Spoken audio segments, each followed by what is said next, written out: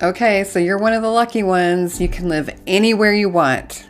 You're a work from home warrior with options, and you don't love where you live right now. So the world is your oyster, or at least perhaps the United States is, if your employer absolutely requires you to stay living in the United States.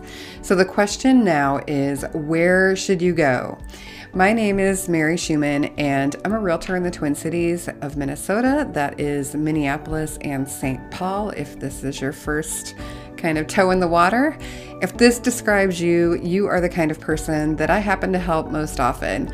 I hear a lot about what brings people here to Minnesota, and I also know what brought me here as well. So today I'm going to give you a rundown of some of the top reasons that I've heard from people who have absolutely a plethora of options to choose from, and they still chose to move to Minnesota.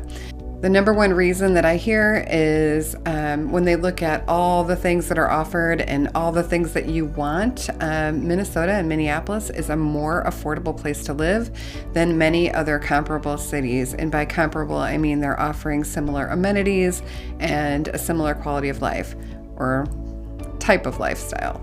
We rank 18th in the cost of living index for the United States as a whole, and of course it's going to depend where you're coming from as to whether or not you think this is an expensive or an affordable place to live.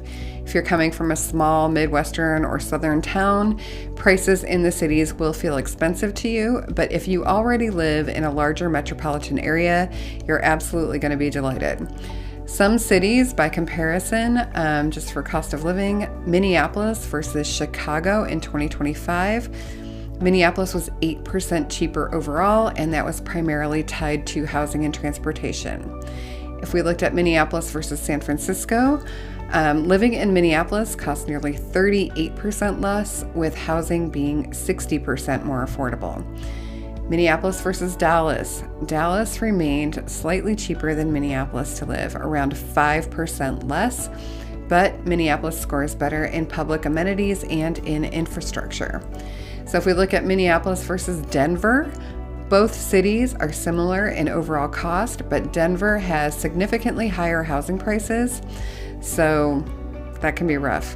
If you want to mitigate the affordability factor, I would say choose the suburbs here versus trying to live in the city itself. Number two, the second reason goes hand in hand with the affordability factor, and that is the healthy economy that we have here. We consistently have a lower unemployment rate than the national average, and we are home to a diverse set of companies, including 15 Fortune 500 companies that have chosen the Twin Cities to make their headquarters. When times are rough, or if I think times are going to be rough, I'm always comforted by the diverse economic base here because it really keeps everything humming along. We're not tied to just one company staying in business. Number three is education. We are a very educated population as a whole and rank 10th in the United States for education attainment, according to Wallet Hub. This is wonderful news, not only because you're not going to be rubbing elbows with a bunch of knuckleheads all the time, but the more tangible reason and outcome is that an educated population actually earns more money, and that money directly affects the quality of life for everyone in this state.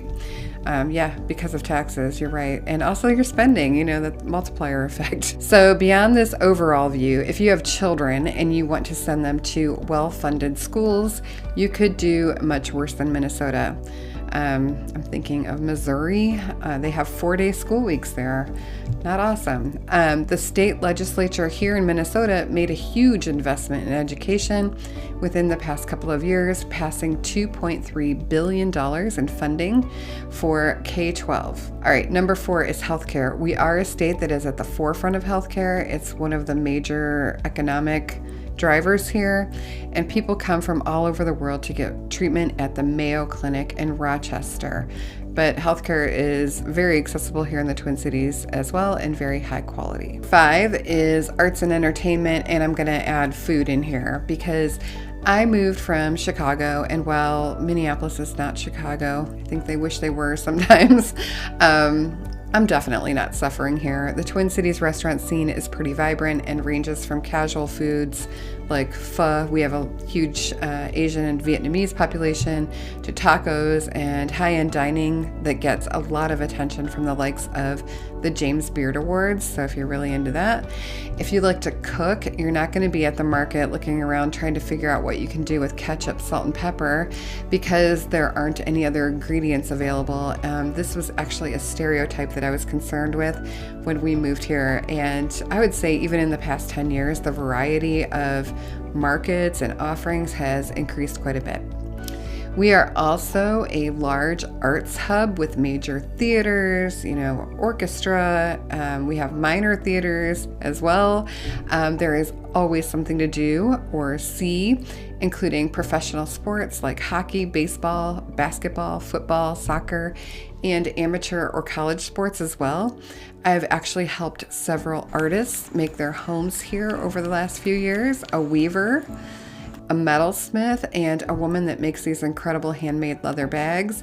And while these people are far more advanced in actually making some income from their craft, those of us that do it more for enjoyment are well supported as well. So if that's something that you're interested in, you're going to find what you need here and more.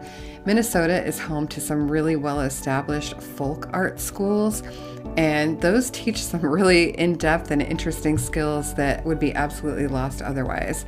I don't know if it's the slower pace, but I actually do appreciate the variety of interests that are supported and actively practiced here. So number 6 is climate. And yes, I said it. I said that's a reason for people to move here. Climate. I know everyone likes to rip on Minnesota because of the winter, but here winter is a feature. It's not a bug. We want snow. We want ice on the lakes. This opens the door to an entire season of winter sports that are a real treat. One of my clients is always posting about how much more he enjoys running in the winter here versus where they came from in the South. We also have the best summers on the planet. They are absolutely lovely and enjoyable and bearable versus those that are found in the South. If you add in the thousands of lakes to play in and on in the forests, and it is absolute heaven here. Autumn, breathtaking. It's so perfect. It's just a complete vibe. It's like something off of TV or a movie. Spring, however, that's not my favorite. It can be short, can be muddy, but people want to experience 4 seasons, and if that's you, you will love it here. So add that to the fact that we are at a much lower risk for climate disasters that a lot of the rest of the country suffer, and climate alone is a really good argument for making the move to Minnesota. That's a shocker, I know. Okay, so 7 is access to an international airport. And I never really thought that much about this in the past. I've lived in 5 other cities and I've always had an international airport there. So I took it for granted that I could get where I wanted to go without a lot of layovers. Well, apparently a good chunk of the rest of the United States doesn't have that privilege, and they have to plan a lot of extra time and hassle and probably expense too in order to get around to where they want to go. Minneapolis serves 32 international destinations, and 750 flights come in and out of MSP Airport every single day. So if you're in the upper Midwest and you're worried about being trapped there, you're not going to have that problem in Minneapolis, St. Paul, although I will say it's a beautiful airport and there could be worse places to be stuck. All right, so number 8, all of this comes down to a simple phrase that we have all heard, quality of life. And it's definitely not for everyone. I'm not going to make that pitch. If you need to be warm year round, you're not going to make it here because it does get cold in the winter. You have to be somewhat adaptable and kind of embrace it. This would not be the place for you. And you don't have to be an outdoorsy person, but if you are an outdoorsy person, you're really going to be happy here. The pace is slower than many other areas of the country, the cost is lower, and the variety and opportunities for entertainment or employment absolutely abound here. So if you're thinking about making the move and you want to take a peek at more of what we have to offer here, feel free to download my free relocation guide. It's linked in the description. It's just a little giveaway. My contact information is also there. Should you have a question, I'm always happy to help. I do love to talk to people that meet me on YouTube, so please reach out if you have questions, and thanks for watching.